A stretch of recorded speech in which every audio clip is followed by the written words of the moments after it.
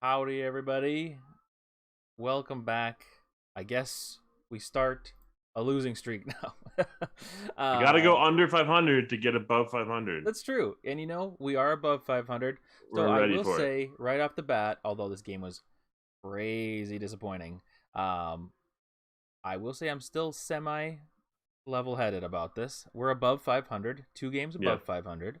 Um, likewise.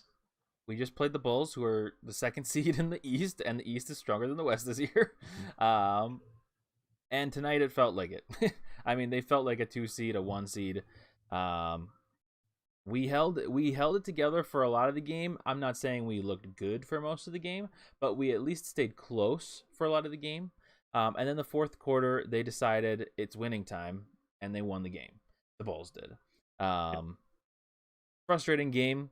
We're getting close to the All Star break, and it's apparent that we need it. Um, but yeah, just a lackluster game defensively. I mean, we had D'Lo, we had arguing with Finch, or really Finch arguing with D'Lo, whatever way you want to look at it. What's that little Um, drama? Kind of crazy. Mhm. But yeah, what are your first thoughts on the game?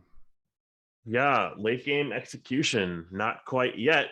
Um, I don't think we played defense for an entire year. Like A since couple the new weeks at year, we least. haven't played Yeah. any Yeah. defense. We've won games narrowly. We've won games that we are supposed to win by 20 by 8. We keep teams. I don't know what was that stat that Benz was like lauding around. Like we've had 105 points given and taken in like 15 consecutive games. Like let's be proud about how shit that is. Um, yeah, it is a testament of a young team finding their identity, not knowing what their identity is, switching mid-season into what was a defensive a focus into let's find shots now. And there's like this weird ebb and flow where when we're playing well on defense, it triggers fast break points, which triggers like positive offensive flow and ball movement. When we're not doing that, we're trying ISO ball, and that was the story of the game. We had like no passing, no conception of what other players on our team were doing all night long. It was just early action offense and just like watch that player play. We saw Ant play for 3 quarters, and then he was a non factor in the fourth, and it's just like there's like a there's a feeling in me. It's like, why are half of these players playing right now if they're banged up, if they're injured, if they're Mhm. just like playing on like grace from God or whatever. I just think this game is actually the epitome of this season.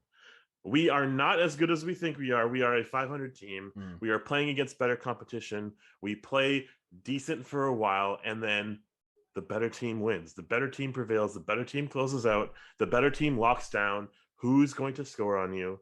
They clogged the paint against Ant, right? Just they just played a better executed game plan. Um, and we shat the bed.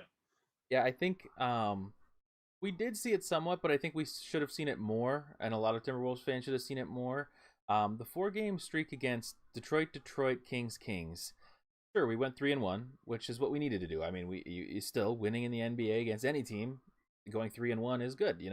Um, but were any of those games extraordinarily pretty, or like a quality game from us? Not really. We still had a lot of weaknesses. I mean, the Kings did beat us once, and realistically, every game was close for a lot of it. And it was not necessarily our best basketball, but we won because they're bad teams. Tonight we played a good team, a team that is likely going to go deep in the Eastern Conference playoffs. Um, and to kind of like you were saying, I think this game showed me something that I think I'm trying not to see. Yep. This game exploited every downfall the Timberwolves currently have. It's funny because they had Mike and Nori on Valley Sports North before the game. He showed like this entire game plan of like how they were going to defend DeRozan, Yeah. and then DeRozan, they're Just like executed the game plan. they're like he likes to get to the line a lot. He likes to take a Yeah. lot of like longer 2-point shots, so we're gonna be all over him and make other people beat us. Who beat us tonight? It was DeRozan, realistically. I mean, like, you could argue that guy I'd never heard of before. But, you know, DeRozan is the one that killed us when we were at a tie game, and he went, like, he literally shot, like, 10 times in a row and hit every shot. It was frustrating to watch. But as I was saying, I think that we kind of knew this was, like, a possibility for us to let this happen. Frustrating. I think there is this period where the better teams, the championship level teams, close out the games after halftime. They have that halftime adjustment. They execute it. They build a lead. They blow out a team. They kill a team right then and there. We had a lead of 5 closing in on the third quarter into the fourth, and it became a nothing, right? It became 0. And I think right at like 11:47, just like 10 seconds in to the fourth quarter, we had a small lead, 92-91 or something, right? Right then and there, Nas hit a 3, like Beasley hit a 3, fantastic, just found gold in that moment. We called a timeout at 8:30 or something in that quarter. And we brought back D'Lo, and not the whole trio of our starters, but just like all of our starters. We just brought D'Lo back in. But right before that 8:30, at 9:50, we should have called time. I'm calling very specific times because we led like 199 or something stupid. And they just blew us out. And we should have called a timeout. We should have seen this coming, call the timeout, get our starters back in, and slow the pace down just a fucking hair. Get our team back in a cadence where we don't have to rely on a Beasley 3 or a Nas 3. We can rely on an Ant, a Cat, or a D'Lo. And they went on a Zach dunk, an AO steal dunk, DeRozan 3 or 4 floaters or whatever the hell he did, and like a Kobe White 3. Like that was the difference in this game tonight for me, because that killed all of our momentum of getting back into the lead of a game where we were not really in it in the first quarter. Yeah, sorry, go ahead. No, go ahead. I was gonna say, I mean, like, D'Lo tonight, I mean, this is kind of, I mean, Godfrey, this is your time to shine, because D'Lo tonight was rough. I thought from start to finish. I know he made some shots in the fourth, but like, I don't know, like this was bad defensively. I would still say like he's the best communicator on defense, and I don't think he's a bad communicator, but like, it's just like this was such a bad night for him. And I don't even know what his stats are. I haven't looked, but I guess it's not. Crazy. It's not anything. It's not anything that great. But DeRozan had 19 going into the fourth quarter, and he had ended up with 35. Like, what just happened there? Yeah. What happened there? They scored 42 in the fourth quarter. What happened there? Jeez. They really scored 42. Maybe more. I didn't check. I mean, exactly. It felt like it. Yeah. I mean, it was a bad night. Like you said, we had a lead late in the game, but then they just came storming back, and our defense just can't stop it. We were talking about it in the Discord a little bit, and you know, I probably stupidly said, and hopefully I'm wishfully thinking this, is that they are taking a break on defense until the All-Star break is done because they're tired or whatever it may be, and they're just relying on their offense. But you can't have zero defense and even if you have a good offense, you have to have some amount of defense. And with D'Lo, Cat, Ant, even Vando, I mean, Vando tonight, there was times where I was like, man, Vando, you just can't, like, maybe DeRozan's just not the matchup for you or something, but like it just is not working. And I thought Vando had a really frustrating night and disappointing night. D'Lo, I mean, Towns was. I'm telling you, lately I have really liked the way Towns is playing. We don't have any issues with Towns right now. Yeah, and this is not a game where we're going to talk anything about Towns. Honestly, no, yeah, we're probably even going to skip in the tier list because he's been great for us. Yeah, he's been great. Yeah, he's been really good. And I was going to try to look it up, his stats, but his stats are always the same whether or not he has a good game or a bad game. I was going to look it up and see, because since the beginning of him playing Wordle, what his stats were. I But can't since get over then, that, man. since he's started cheating in Wordle, he Mhm. has been an amazing player. So I think he's getting that extra stray voltage out Yeah, on yeah, Wordle, totally, but totally. then on the basketball court, he can just straight focus because he's been incredible.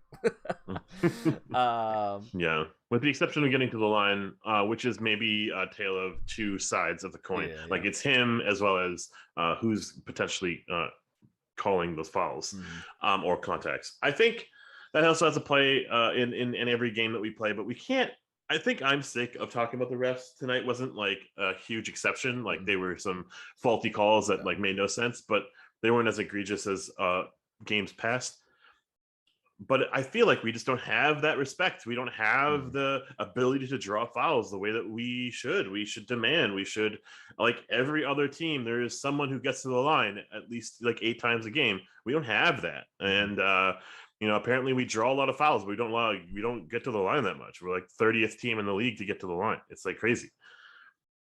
Um, a good mentality on the road is score, stop, score. A good mentality on the road is to keep it within reach and then have a banging like 3 minute like sequence, right? And we started to have that in that fourth quarter. And I don't know, that timeout and D'Lo coming back in and the game exploded. That's Like what we had happened. no That's what happened what the happened? last game too. Yeah, and this happened exactly. Yeah. I think this is a Finch L. This is a Finch like game plan, stubbornness, unwilling to adapt, and unwilling to ride the hot hands. Just because Nas made a three, we Yeah. don't need Nas out there, man. Yeah. Just That. because Beasley hit a three, we don't need Beasley driving for a layup that'll Oh my airball. god, I know. And then yeah, you're right though, because like you said earlier, they brought D'Lo back, but nobody else. Right. And so then yeah, you have Beasley and Nas out there who sure were like decent tonight, but like you're just gonna get cooked. Obviously, I mean we had Nas on DeRozan, and that makes no sense. And then Oh my Beasley god. for some reason stopped shooting threes and started taking pull up twos from like inside the paint. It was super weird. Um, it was definitely we've gone through this before this season with Finch too, where he has these weird lineups at times, and I'm not really sure his reasoning. There's been other coaches where I see kind of what they're doing, even if I'm like disagreeing with it. I'm like, oh, they're clearly trying to give like Josh Okogie confidence, or they're truly like trying to get like Jimmy to only play the first third quarter and then like the last 6 minutes of the fourth because of his knees or whatever. Like there were reasons behind things. With Finch, I feel like he's playing some kind of a chess game that I just don't understand. And tonight felt like that significantly when we brought D'Lo back in, and not Towns and not Ant, because Ant was hot tonight and Cat was playing really well tonight. But instead we had to watch Nas guard DeRozan like 2 or 3 possessions in a Yeah. row where he gave up points. Right. And McLaughlin switching late on Kobe White, or no one switching on Yeah. Kobe White, and Kobe White just like banged a few home, Mike Breen style. Mm-hmm. I So Gerald says in chat he's kind of sure that it's not a Finch L with no D. He made mistakes, but the no D is what killed it. And I'll say I agree with the no D. I think who instills a defensive philosophy, who instills defensive awareness and focus, and who you know pumps a team up or down, or Mm-hmm. it's the leaders on the court. If there's no leaders on the court because D'Lo's like a crybaby tonight, and Beverly's playing for his mother, and he's like playing this meta game with DeRozan, like it's got to be Finch. Yeah. Finch has got to step up, and I didn't see it, and I don't know, Yeah, the only thing I'll say in Finch's defense tonight is that I do feel like when he was calling out D'Lo and they were having that argument, uh, which I didn't realize was so significant until we came back from from the timeout, and they showed how D'Lo was like had to be separated from him with Pat Bev. and he was like saying fuck out of here. Yeah, I was like, oh my gosh. Yeah. But what I think Finch was doing, because like that play that he was specifically talking about with him, like sure, I thought maybe D'Lo was he was like sagging off too much, but also Towns is like not doing anything. Towns is not trying to come back over and have any amount of resistance for the person driving. So I think it was just a total L on the defense, everybody on that situation. So for me, before that play, D'Lo looked Oh, just so bad. I mean, shooting wise, defense wise, everything was terrible. So I almost feel like Finch, this is one time tonight where I felt like I kind of understood what Finch might be doing. I don't think it was so much about that play. I think it was more about like he's trying to get D'Lo fired up and engaged because he just Oh, didn't look engaged. And immediately after that, D'Lo goes down, hits a three. Immediately, the oh yeah. next play. And I was like, Mm-hmm. whoa, Finch, this is Mm-hmm. working. Like, I like Yeah. this. Mm-hmm. But then D'Lo kind of just like went off for the rest of the game, and it wasn't really that much of a factor again. Um, yeah, it's just frustrating, and a lot of things I don't understand from Finch tonight. Um, but yeah, I don't know. Well, a couple things. I guess we can kind of just jump right into the tier list. Um, but a couple things I wanted to say before that. We were on the Bulls broadcast tonight. Yeah, makes losing Woohoo! just a little sweeter. Yes, exactly. Good for you, man, for posting that. That was a really cool moment there to see that. But congrats on you. Congrats to you. I appreciate it, and I appreciate Bulls, whatever it is. Yeah, and also if you're new here right now or you're watching the VOD later, feel free to like the stream, subscribe to the channel. We do this after every game, even these stinkers. So, Yeah. tier list time, and we're gonna kind of Yeah. blaze through this tonight a little bit. Yeah. As we transition to the tier list, we didn't make any moves. Yes. And we got some word from Sachin. We got the last word from Sachin, who hangs up on kids apparently. Um, that chemistry weighed out a lot of options that they were kind of feeling or tendering, and everyone felt jubilant or jubilated or whatever when no trades were made. So the team is intact. And you could see it initially in Beasley, where like Beasley was playing pretty freaking well. You could see it initially when Jordan McLaughlin got out there. He was running kind of with like an extra jump to his step. But like, all right, cool. We got chemistry. But we're a 500 team with chemistry, Mm. Um, that's probably okay for this season. But like that chemistry is going to be shaken up because this chemistry, which I've said 12 times now, has to evolve. Something's got to like come out of this. All of this good juju. Like it's Cat's team now, finally. Something has to happen from all of this. What I've seen tonight didn't give me any like answers or any closure, but I'm just wondering, why is Ant playing? Mm-hmm. I'm just wondering if Ant's knees are going to be this long-term storyline with this season, with his career, because we are trying to just be a little bit better than we're supposed to be, and we're trying to run and show discipline, show heart and toughness. But like that's what happened with Jimmy Butler, man. Like he's injured like all the fucking time now. Yes. Yep. Exactly. I'm seriously concerned. Yeah, I guess so. I have a question for you, and I meant to ask this earlier in the show before we went to the tier list. But so what's your general opinion on no moves? Yeah, I'm okay with it because nothing really like stuck out, right? Like Mm-hmm. anything that was like kind of being like fielded with like Brian Windhorst and other random Twitter users was like Marcus Smart and I don't know who else was like really out there for us. Schroeder, I guess. Schroeder, Yeah. yeah. So like, what is that doing? And also, we're like the 7th seed. What one player is going to make us the 6th seed? Mm-hmm. What one player is going to like take us and play 750? Like almost winning 3 out of every 4 games. It's like I don't know. I don't have that answer, and we might not have the time to find that answer out. And so in that regard, like we saw our competition, the Pelicans got a little bit better, but they're not going to sneak up to the 7th seed, Yeah. The Clippers and Lakers kind of didn't do much. Maybe the Clippers got like a Norman Powell and whatever, but like we'll see what happens with that team when they get fully healthy. But right now they're not really pulling ahead of us. And Denver didn't make any moves, and Lakers are so bad. I mean that makes us feel a little bit better about ourselves for sure. Yeah. So like just kind of thinking about that out loud just a second, like I'm okay with no moves, but I feel like what we're missing is a defensive identity right now. When we have some defensive players, we don't have an identity. We don't have a system in place that feels like it's working. And it would be nice to have some sort of vet off the bench who's a defensive like guru who's going to run his mouth and like get everyone on his page, on their page, and just be steady. we had a little guy, we had a little big man named Greg Monroe. I miss him dearly. And I would just hope that maybe we find some diamond out there that's been like bought out or waived or something like that. Yeah, I do think that there's a possibility for maybe a buyout move. Apparently, we have like a roster spot open, but also Sachin Gupta today said that like we're above the luxury tech or close to it, and we won't. There's some I don't understand these rules, but apparently we're close to it until March, and then in I don't March know anything. we go down a little bit. So he's like maybe in March we'll be able to do a buyout or something.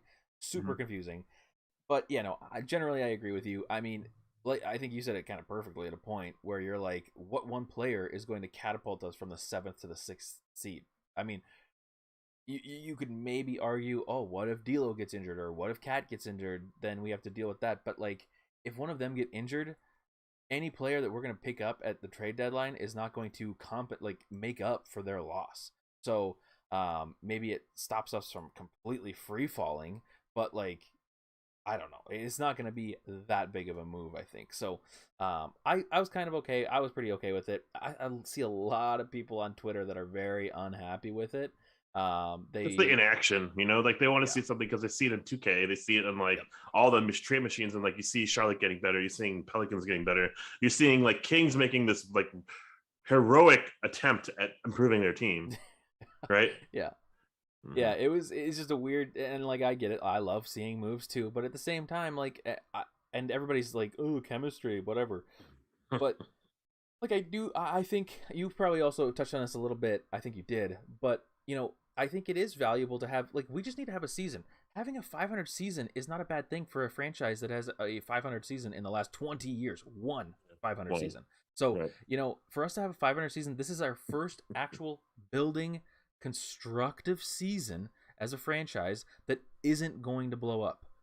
Just because we don't like let's say we finish at the 7th, 8th or ninth seed this year, that doesn't mean that we have to blow it up, like sure that could happen, but do I think that's going to happen? No, I think we're going to try to retool and see what we can do from there. We just have options, and we could go into a whole bunch of different scenarios in the future, and we will, but not here tonight. So I do think though generally I'm happy with it. Like if we would have been able to get like a Marcus Smart for cheap, You maybe, would have to have been cheap. but like I don't think we were going to get him for cheap. So it Yep. was going to Agreed. cost a Jaden and a first or something crazy. So Agreed. I'm pretty content with standing pat, as everybody keeps saying.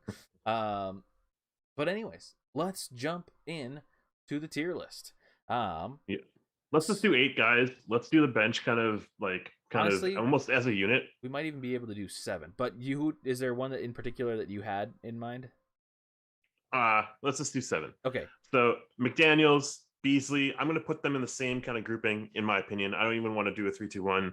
I think they were both a C, if not like a B, but I'll say C because we lost, Yeah. and we didn't rely on them towards the end of the game. I actually really loved what Jaden McDaniels did defensively. I love the aggression that Malik Beasley posed when he did that offensive foul, and his shot was somewhat on. I mean, I guess he took 8 threes and made 2 of them, so it's like 25% from 3. Not that impressive, Yeah. but he at least was a positive, the only positive plus minus on our team, and that's a little telling. Jaden's defense on DeRozan was great, but it still was like, well, oh yeah, what DeRozan popped off. Yeah. So it's like, did it really matter? Did it make a sound? Yeah, it had me wondering at times. I was like, is there a defensive player that I'm not even talking trade deadline. I'm just talking in general that we could have that would actually stop DeRozan? Because like tonight it seemed like no, DeRozan was just going to score those buckets. So it's almost like, do we just give up on DeRozan and let him do whatever? And then like just, I don't know. It was weird. But yeah, I mean, Jaden McDaniels, I mean, he looked good tonight. But this is a pretty average game from him. Same with Beasley. Looking at this, I can't believe he only hit 2 threes. I felt like he hit so many. The only thing that I wanted to say about Beasley tonight is that I think Jim Pete kind of brought up a good point, and it was just a different way of thinking of it, because like you see Beasley get a lot of shots every game, and it's kind of like, man, he's just really taking these shots. But what's really happening is his teammates are trusting him all year long, and they are Yeah, giving that's it true. to him and passing it to him as if he's Klay Thompson. They're passing it to him like, yeah, take the shot, take the shot, take the shot. And, you've even heard Towns yelling, take the shot at Beasley and stuff like that. So it's interesting lens to look at that through, I thought. And it's a great thing once Beasley starts hitting, but he has not been hitting pretty much all season. So I agree with your rankings, C and C. Yeah. Um, in order to speed this up a bit, um, Vando and Beverly could potentially be in the same class as well. Maybe just like Vando first. I think we were both in agreement here. Like he wasn't relied on, and whatever effort he showed on any player he was guarding outside of Vucevic, it didn't seem like it was mattered. And I think he was late to a lot of rotations. He had 3 rebounds. Okay, Vando, like step back and reassess what we are with you at your A game and be that always. You were a D tonight, if not like worse, right? If there was a worse grade for D, that's not Wancho or Glenn Taylor. That's my opinion of Vando. I think a D. Yeah, I think it was a bad night for Vando. And I'll give the floor to you for Beverly, but just in a nutshell, I thought he played better, more like kind of the Beverly that we know, but at the same time, like he was stopping Levine, like that's great. But guess who else was popping off? The others, like all the others were popping off. And it just, I don't know, like Beverly needed to like shout like he's never like screamed before at this team. Because it didn't seem like we had gave 1 or 2 or 3 shits about playing defense tonight. Yeah, and I mean I could say that about every player tonight. So that's the tricky part about grading this is because like I don't feel like anybody's defense was any bit good. I mean, you could, like you said, I mean, he did defend Levine quite well tonight, but like everyone else went off, and that could be more of a team related thing. He hit a couple shots tonight, not a ton, but yeah, I mean, it was just a generally disappointing game from him as well. I mean, I was hoping for more. I was hoping for like a hometown game. He's coming home to Chicago. Maybe Totally. he's gonna. That first play off. was awesome. Yeah, the first play was awesome, and that's what made me think. I was like, oh dang, Yeah. we're really gonna have a Pat Bev Chicago game, but not so much. So yeah, I'd say from Bev, I would lean more towards a C, just because I didn't see as much. Like Vando's game was quite bad, I thought, just from what we expect from him. But at the same time, like he's already doing so much more this season than we'd expect. But for tonight, yeah, it was not a good game. Pat Bev also on the lower end. I'd probably go with a C- for him tonight. So keep him in there. Chicago, he'll get some points for Chicago. Oh yeah, Gerald, I forgot about the Gupta tier. We got to figure that one out. Fearless grows. But so now we've got the top we got the big 3. So we'll just go in the order that they're on there. So D'Lo, as we've talked about many times tonight, had a pretty rough night. He had 18 points, only 3 assists. He was 6 of 13 shooting, 2 of 6 from 3. But a team low -12. And as I say, it felt like it. Want to do a 3-2-1 on these guys? Yeah. 3, 2, 1. Wancho. B. Ooh. What did you say? I said D. Oh, I thought you said B. I was like, what? No, How did you just no. go on this rant and then give him a B? No. I'm kind of low energy right now, but my assessment for why it's a D not a Wancho is that he shot pretty well, but that's all he really did tonight, and he was kind of like almost like a third or fourth fiddle on offense when he was taking his shots. He wasn't looking for anyone tonight. He like never passed. When he tried, it was a turnover or something dumb. And it wasn't the D'Lo I remember and love. And so like his points production was kind of empty stats to me. Like it's great to see, but it felt so empty. And just that like I don't know, stare down 3 after he made that 3 and he looked in the Finch and Bench's direction. I don't know, man. Like get over yourself. You're saying these random things in post game and like just play better. I don't know. Oh, is he? I'm not paying attention to Twitter. Well, no, like previous games. Oh, I see. But yeah, no, I think this is like a pretty bad game. Now the funny thing is that so he had 3 assists and 3 turnovers, so not a great ratio. There were times where I felt like I saw him trying to get assists out tonight, but just in general, I felt like this was just a very lazy game from D'Lo. This was like, I mean, there was just no effort. It was like he came into this game and was like, yeah, I just don't care about playing the Bulls at all. And it felt like that. It really did feel like it. So yeah, I say Wancho because like this, even though he made shots, like you said, they felt empty. And maybe this is what you're getting at with like the normal D'Lo, but it's like, a lot of times when D'Lo makes his shots, they're timely. They're timely shots that are either keeping us in the game at a point or just like soul crushing shots for any team that's like trying to mount a comeback, And I felt like it was the opposite tonight. He missed shots where I was like, we need to make this, and it just hurt. And for me, it felt like D'Lo was a major contributor in this loss tonight. And I'm not just talking about the Finch argument. He was just lazy. It was just lazy all game. Yeah. So I don't know. Yeah, great points. I don't know. I have the mouse, so I'm giving him a Wancho. Do it. This is for you, Godfrey. John Krasinski tweeted, yes. Finch, and this is kind of unrelated to D'Lo. Yeah. Finch says Vanderbilt hasn't been playing as much because he hasn't been defending that well. The whole team needs to rediscover that intensity.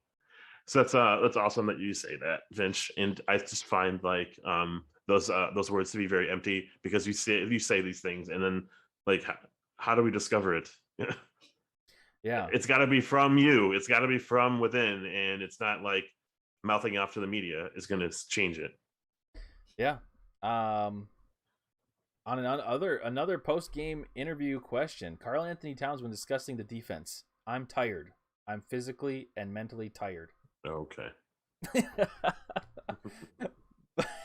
Okay, anyways, we're going to move on to Ant. So, Ant, he had 31 points, 6 rebounds, 8 assists. He was actually on somewhat of a triple-double watch tonight. He made up for all the assists that D'Lo didn't have tonight. He was 12 of 22 shooting, 3 of 9 from 3. Did have 4 turnovers. But overall, I mean, this was kind of a closer to a game that we've been hoping to see from Ant for a while. 3, 2, 1. Hey. Yeah. He was awesome until like we didn't want him out there anymore, because you saw him just like giving it his all and his knees were buckling, and I don't know, man. I'm so worried. He always does a triple-double watch as Finch, as Dave Benz was saying. 31, 8, and 6. Man, that's incredible. That's incredible from our second-year player. It is. It's a bounce-back game from the month of hell, like where he didn't even feel like himself. He said he finally started coming back, and I feel for that dude, man. Like, I know he wants to just play for his fans, play for his own like kind of like cred, and I don't know. I don't know what to say. I don't want to jinx it. I don't want to say anything, but like, I don't want any injury to be a part of his career story. Yeah, like we appreciate obviously trying to be out there for the games and stuff like that, but at the same time, I want you to be in a majority of games, not playing until you like kill your knees to the point where you have like a season-ending injury, or you're out for weeks or months or whatever. Like, that's not something I want to happen. So if that means taking off a game or two here or there, please take a game off. Please do. But there is there were some moments tonight, but like, and the movements that he does, the driving, I'm changing to an A, because I forgot the driving tonight was incredible. He actually drove to the rim tonight over and over, similar to how DeRozan did at the end of the game to us, except not to the rim. He was just shooting. But spot. Yeah, exactly. He's getting to his spot. So, and it was kind of incredible. Now, to some extent, that was Chicago almost seemingly letting it happen at times, but there were moments where Ant was actually like having to get through a defender and breaking free and getting that bucket. So I'm not saying that it was all just a bad Chicago defense thing. It was an Ant mindset thing tonight, and he went with it. And it's good to see him. I mean, he only shot 3 of 9 from 3, but it's good to see him mix in every shot tonight. He had plenty of drives. He had a couple 2s and a couple 3s. It took 9 3s, but you know what I mean? Like, he had a mixture of all the shots tonight, that kind of all-around shooter, scorer kind of player, along with 8 assists and 6 rebounds. So, pretty incredible. The fourth quarter fall-off does hurt, and it's bad to have your 2 stars kind of choking at the end of the game. But yeah, overall, I thought this was a good game for Ant. Cool. I kind of just don't want to see him on the next couple games here against the Pacers and Hornets or whatever, just because, like, I want him to get well. That's all. And I don't know if a week is going to do much. I got real nervous after I kind of watched one of our viewers' videos about his like knee surgery that he had, and like how it took him, and it's like never going to fully recover, but like you take medicine, you do therapy, and you can get it better, but you can tolerate it. But like if you don't do anything, and I don't know, like you have that tough guy mentality, right? Like Jimmy Butler was like this tough guy mentality, like, oh, I can play through pain. Mm-hmm. Like Ant is gonna play like that. He's gonna say that I have to play. I gotta play. I'm gonna play through this, Yeah, and it's going to sorry. exit. Yeah, you're talking about Jelson, and Jelson, Yeah. Jelson knows. Yeah, he is talking about that. And Jelson knows firsthand experience. You should check out Jelson's Twitter because he has a couple videos on it, and he does a better job explaining it than I do because I obviously don't know anything about it. But from what it sounds like, I mean, Jelson having had something like this or similar to this, I think is it's a good person to listen to, and it was kind of frightening just because it is something that you have. It's not like gonna go away. You can treat it, but like that's exactly what we're saying though. Take games off. Don't play every game. Don't force it because then you could force something worse to happen. Like just manage it. And if managing it means taking a game off every few weeks or something like that, go ahead, or whatever needs to happen because that, in the end of the day, it's your health. It's your health is the most important thing. So At the detriment to his, potential like health. We're also not playing Josh Okogie, who seems like he's ready whenever, and we're also not. We have completely removed Jalen Noel out of the rotation. I don't get that. It doesn't make any sense. There's got to be reasons, but like I don't know what the reason is because every time he goes out there, he produces every time. Yeah, every time. But all right. Speaking of Producing, and speaking of cheating, no.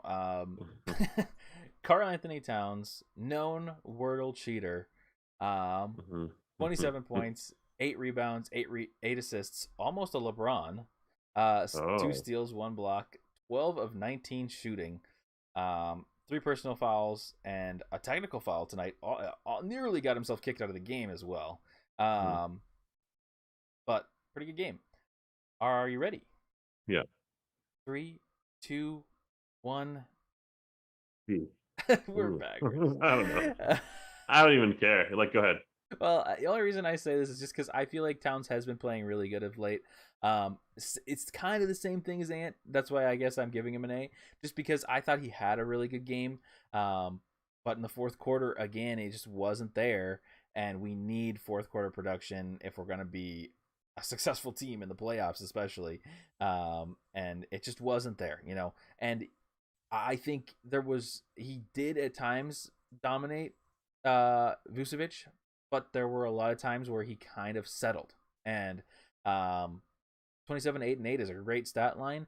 And I think his scoring was felt tonight, and I think that it was important tonight. It wasn't like how D'Lo scored 18, and I feel like 0 points came out of D'Lo. I feel something, but yeah. What is chat saying? Not my Wordle MVP. but no, I just in general, I do think that Cat is playing a lot smarter basketball. Still playing efficient shooting wise. We did have one kind of unnecessary behind the back pass tonight, but I'll let it slide for a pretty decent performance.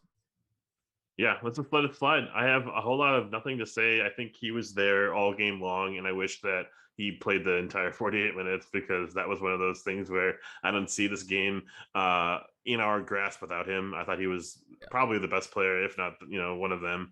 And 4 of those 19 shots were long twos, and that's like putting me down a notch. Like I just didn't care about the heavy ISO into long two, right? Like what is that? They weren't doubling you, and you take a long two. Like you should do something other than that one shot.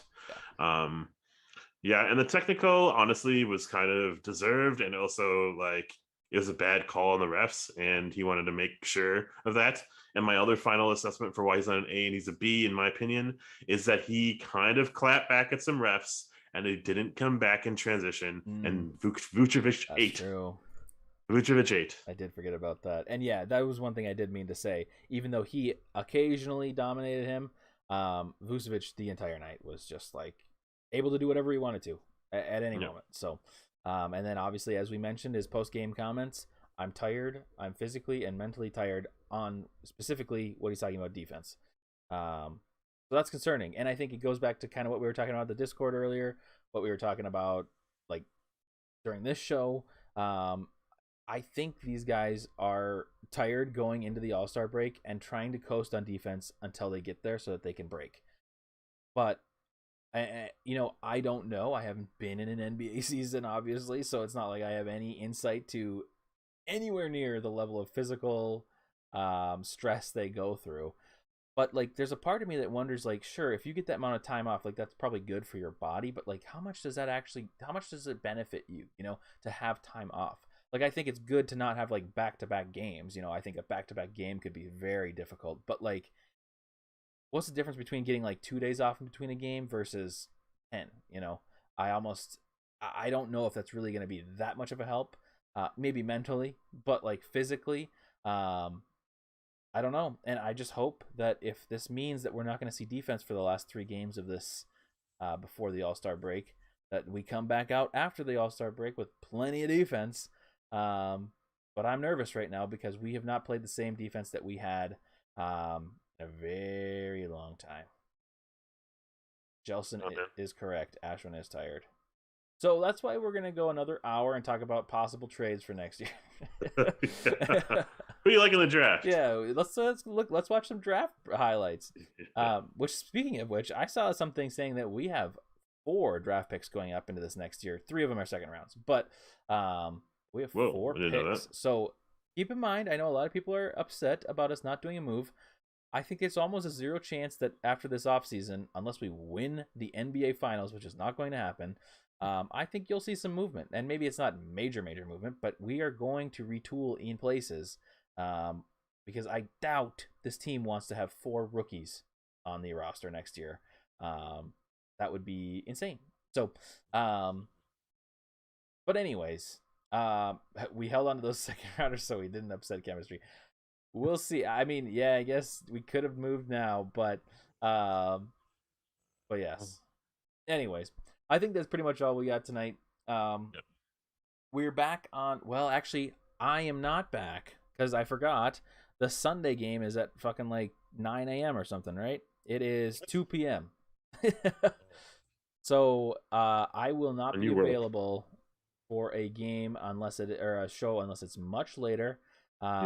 Also, we're going to be playing the Pacers. I could almost guarantee you we lose that game. I guarantee the Timberwolves lose this game against the Pacers on Sundays. I don't know if they won tonight. Pacers lost. They lost. How did they lose? But that's the Cavs. They were up so much though in the first. Oh yeah, that's right. I still guarantee we lose. I just think that they've got the new fresh team and they're gonna be very excited, and we just aren't good with that we can't handle that stuff. So man, I'm so happy for the Cavs and also the Bulls just in general. I didn't want them to win tonight, but like that team is awesome. Yeah, I'm really rooting for the Bulls right now. Losing to the Bulls does not hurt as much as losing to any other team because it's like, Zach. And also just all their players in general I kind of like. I mean, like I like DeRozan. Like Caruso's obviously like a fan favorite for a lot of people. Kobe White is a lot of people's favorites too, at least this year. Yeah, no. I don't feel heartbroken by losing this game, but I'm just disappointed. So anyways, I don't know if we'll be back on Sunday. Yeah, I won't be here. But Tuesday, Wednesday, I know I'm free, but I will be at both of those games, so it'll be a little bit later show. So feel free to check out Timberwolves Daily or whoever else you find out doing post-game shows on YouTube or whatever. But we'll at least have a show of some sort on Tuesday and Wednesday against the Hornets and the Raptors. So that's it for us tonight. Any final sleeping thoughts for you, Ashwin? Nope, that's it for us tonight. Any last words from you? Nope. The only thing is 52 wins. Intro is the outro. There we go. All right. Have a good night, everybody. Yep.